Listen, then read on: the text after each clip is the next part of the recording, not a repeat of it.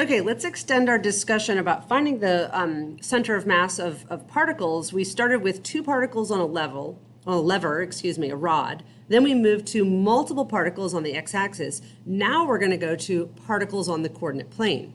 So we're going to have n particles on the coordinate plane, and each has a mass, m1, m2, etc. through m sub n. And we're placing different coordinates we're going to label x1, y1, x2, y2, etc.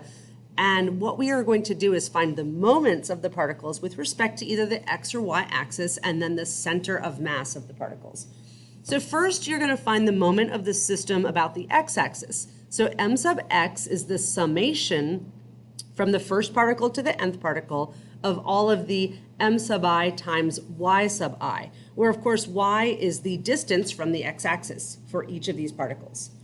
Then the moment of the system around the y-axis is m sub y, where you have the summation from the first particle to the nth of m sub I times x sub I, where x is the distance from the x-axis, from the y-axis, which is why it's the moment around the y-axis. And then the center of mass for the entire system, and I still don't know why the bars went below, but it should be x bar equals m sub y over m. And remember, m is the mass, the sum of the mass of all the particles in the system. And then y bar is going to be m sub x divided by m, the total mass of the particles in the system.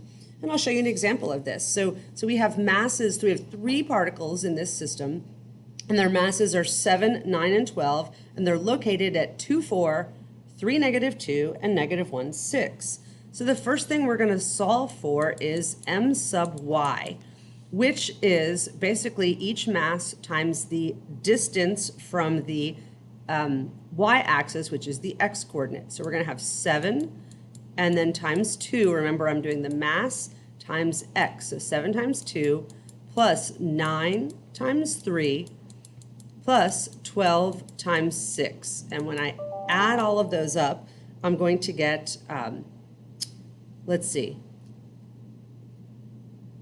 I just realized that I should have done 7 times 2, 9 times 3, and sorry for messing it up. Glad I caught my error. 12 times negative 1. Again, I'm doing the x values here.